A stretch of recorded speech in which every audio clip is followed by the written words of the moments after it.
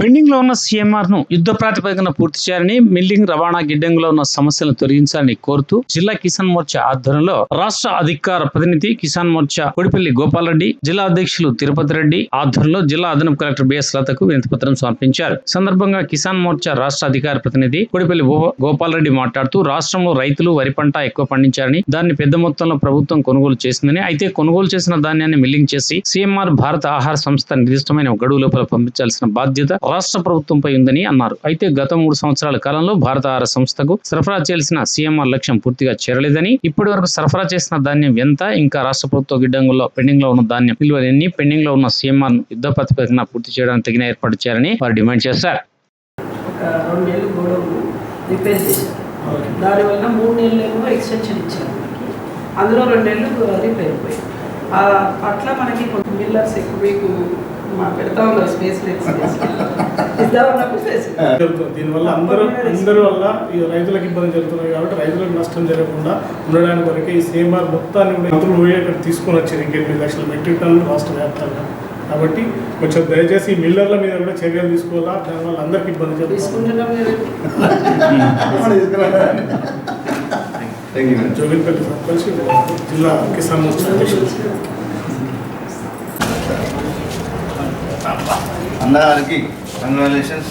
మీరు ఇంకా ఎన్నో దినదిన అభివృద్ధి పొందాలని ఉన్నత పదవులు స్వీకరించి జగిత్యాల జిల్లాని ఇంకా ఎంతో అభివృద్ధి క్రమంలో నడిపించాలని కోరుతున్నాం. పార్టీని, భారతీయ జనతా పార్టీని 100%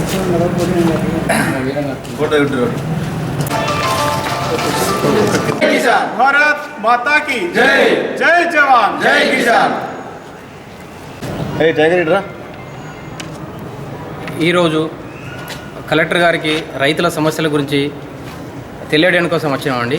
ముఖ్యంగా ఇందులో ఏంటంటే తెలంగాణ రాష్ట్రంలో ఇది సీఎంఆర్ ఈ బియ్యానికి సంబంధించింది గోదాములు కేటాయించాక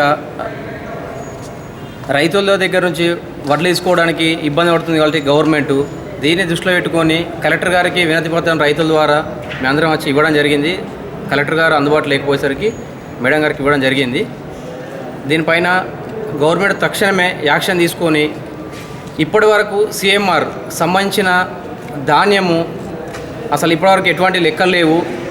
ప్రతి డిస్టిక్లో అసలు ఎంత పెండింగ్ ఉంది, ఏమేమి ఉన్నాయని ఖచ్చితంగా రైతులందరికీ తెలుస్తట్టు ప్రతి సెంటర్లలో ఈ సంవత్సరం నుంచి ఈ సంవత్సరానికి రబీ కావచ్చు, ఖరీఫ్ కావచ్చు, ఏదైనా సరే ఇప్పటి నుండి ఇప్పటి వరకు గిన్ని వడ్లు సేకరించడం, గిన్ని బియ్యం పెండింగ్ ఉన్నాయని చెప్పి ప్రతి రైస్ మిల్తో సహా అంతా ప్రతి బయోడాటా ప్రతి సెంటర్లలో రైతులకు అందరికీ తెలియజేయాల్సిన విధంగా మేము దీన్ని డిమాండ్ చేస్తున్నామండి. ఎందుకంటే ప్రతి రైతుకు హక్కు ఉంది.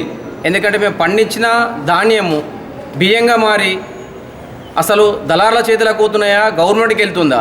ఎందుకంటే మేము పండిస్తూ ఉన్నాము రైతులము, రాష్ట్ర ప్రభుత్వం ఏమో ఆడ గోదావరిలో ఖాళీ లేవు, కేంద్ర ప్రభుత్వం తీసుకోవట్లేదు అని చెప్పి రైతుల దగ్గర నుంచి ప్రతి క్వింటల్ ఎంబట 5 రూపాయలు అనుకుంటా, 10 రూపాయలు అనుకుంటా, గోనె సంచులు అనుకుంటా, సుత్తిలు అనుకుంటా, హమాలు అనుకుంటా, ట్రాన్స్పోర్ట్ అనుకుంటా వివిధ రకాలుగా రైతుల్ని మోసగిస్తూ ఈ అనాదిగా ఇట్నే చేస్తున్నారు. ఏదో ప్రభుత్వం చేంజ్ అయితే ఏమో అవుతుంది అని చెప్పి ప్రభుత్వం రైతుల్ని మోసం చేసి ప్రభుత్వం గద్దె ఎక్కింది.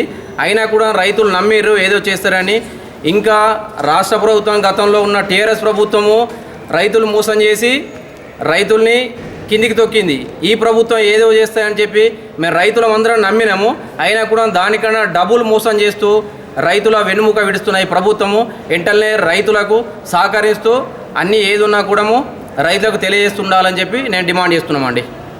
ఈరోజు భారతీయ జనతా పార్టీ రాష్ట్ర శాఖ పిలుపు మేరకు కలెక్టర్ గారికి జిల్లా పార్టీ కిసాన్ మోర్చా ఆధ్వర్యంలో కలెక్టర్ గారికి ఈ సీఎంఆర్పై వినతి పత్రం ఇవ్వడం జరిగింది. ముఖ్యంగా రైతుల దగ్గర నుంచి కేంద్ర ప్రభుత్వం సేకరిస్తున్న సందర్భంలో కేవలం మీడియేటర్గా ఉన్న ఈ రాష్ట్ర ప్రభుత్వం మిల్లర్లకు ధాన్యాన్ని ఇవ్వడం జరుగుతుంది. ఈ ధాన్యానికి సంబంధించిన ప్రతి దాన్ని కూడా కేంద్ర ప్రభుత్వం ఆర్థికంగా భరించడం జరుగుతుంది. సుతిలికాండ్ నుంచి పడితే హమాలీ ఛార్జీలు, రవాణా ఛార్జీలు, గోడౌన్ ఛార్జీలు అన్నీ కూడా కేంద్ర ప్రభుత్వం ఇస్తున్నది. కానీ రైస్ మిల్లర్ల దగ్గరికి వచ్చిన ధాన్యం యొక్క ఏదైతే బియ్యం ఏదైతే ఉన్నదో దాన్ని ఎఫ్సిఐకి ఇవ్వాలి.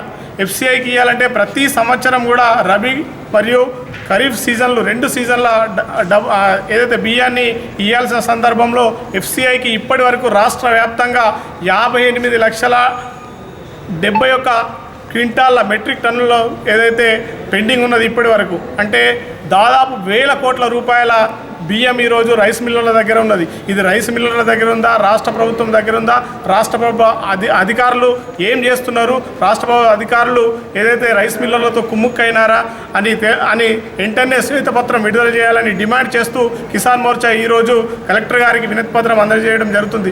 ముఖ్యంగా దీనివల్ల రైతులకు ఇబ్బంది జరుగుతూ ఉన్నది. రైతుల యొక్క పండించిన ధాన్యాన్ని సకాలంలో కొనడంలో ఈ రాష్ట్ర ప్రభుత్వం విఫలమైనది.